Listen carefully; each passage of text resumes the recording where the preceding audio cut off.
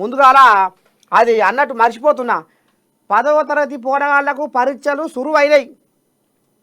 నేను వెనకడికే చెప్పిన, జర్ర మీరు కడుపులా పికర్ పెట్టుకోకుర్రి, భయపడకుర్రి, అదలకుర్రి, బెదలకుర్రి, మీకు వచ్చింది తమాషగా ముద్దుగా అన్న రాసి రారి నిర్భయంగా. కానీ ఏమవుతుందో ఎట్టవుతుందో, మా అయ్య ఏమంటాడో, మా అమ్మ ఏమంటుందో అది కాదు. ఎవడురా ఓ విద్యార్థి పుట్టగానే పునీతుడు అయినోడు ఎవడు?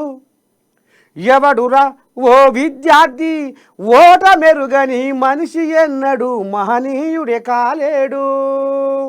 మునులు ఋషులు యోగులు జ్ఞానులు జీవితంతో పోరాడిన వాళ్ళే.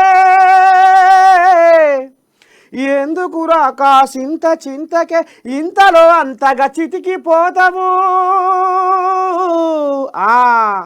ఇక గింతంత దానికి గంతంత దానికి కడుపులో భయం జ్వరబెట్టుకొని, వామ్మో నాకు ఏదో అవుతుంది, నాకు ఎటో అవుతుంది, నేను పరీక్ష ఏం రాస్తున్నో ఏం పోతున్నో ఇవన్నీ పక్కకు పెట్టుకొని రామసక్కదనంగా మీరు చదివింది, మీరు నేర్చుకున్నది పరీక్షలల్లో ధైర్యంగా రాసి రావాలని మనస్ఫూర్తిగా నేను పక్షాన మీ నరసయ్య తాత కోరుకుంటా ఉన్నాడు. చలో ఇక మరి లోపటి భాగవతం వరకు పోతే ఏముంది.